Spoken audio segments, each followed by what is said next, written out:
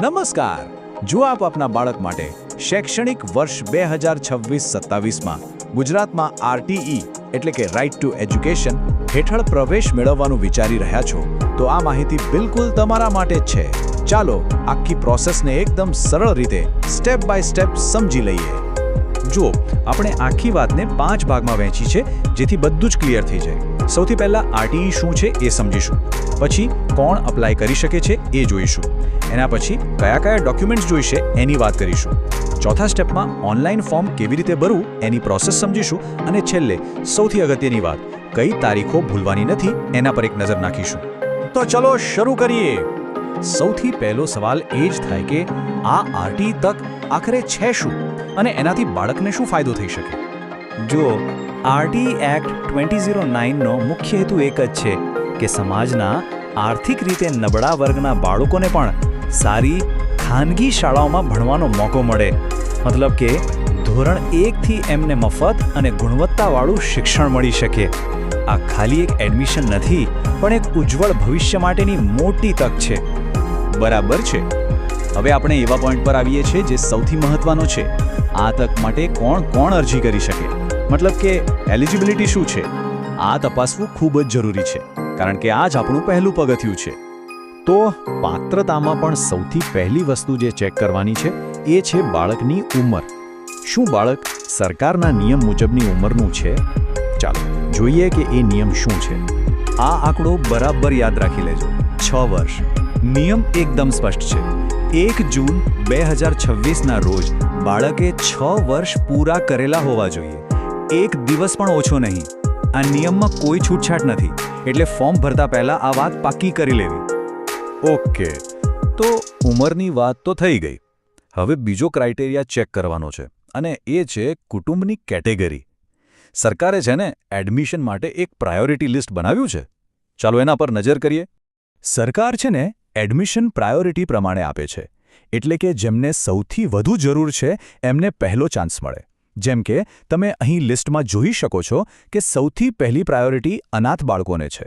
એના પછી સંભાળ અને સંરક્ષણની જરૂરિયાતવાળા બાળકો, પછી શહીદોના બાળકો, દિવ્યાંગ બાળકો, એમ આખો ક્રમ ગોઠવાયેલો છે. બીપીએલ કાર્ડ ધારકો, એસસી, એસટી, એસસીબીસી કેટેગરી અને ઓછી આવક ધરાવતા પરિવારોનો પણ સમાવેશ થાય છે.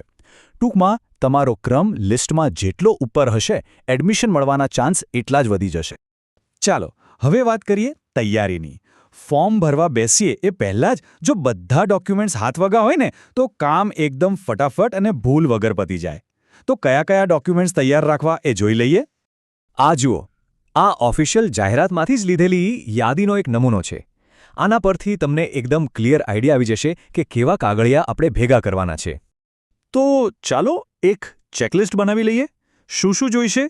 બાળકનું બર્થ સર્ટિફિકેટ, બાળક અને માતા પિતા બંનેના આધાર કાર્ડ, રહેઠાણનો પુરાવો જેમ કે લાઇટ બિલ કે રેશન કાર્ડ, જો લાગુ પડતું હોય તો જાતિનો દાખલો અને આવકનો દાખલો, બાળકનો પાસપોર્ટ સાઇઝનો ફોટો અને બેંક પાસબુકની વિગતો.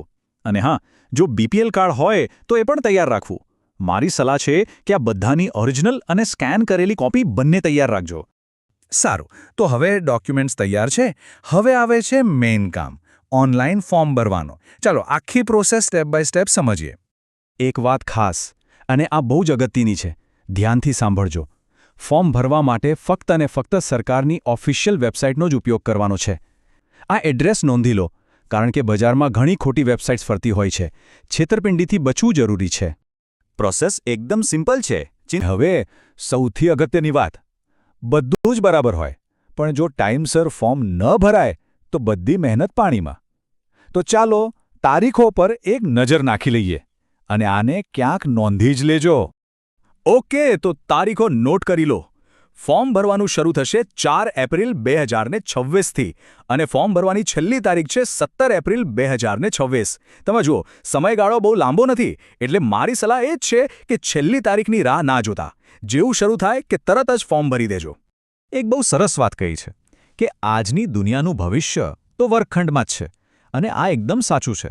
સારું શિક્ષણ જ બાળકના ભવિષ્યનો પાયો નાખે છે, અને આરટીઈ માટે અરજી કરવી એ દિશામાં એક બહુ મોટું અને અગત્યનું પગલું છે.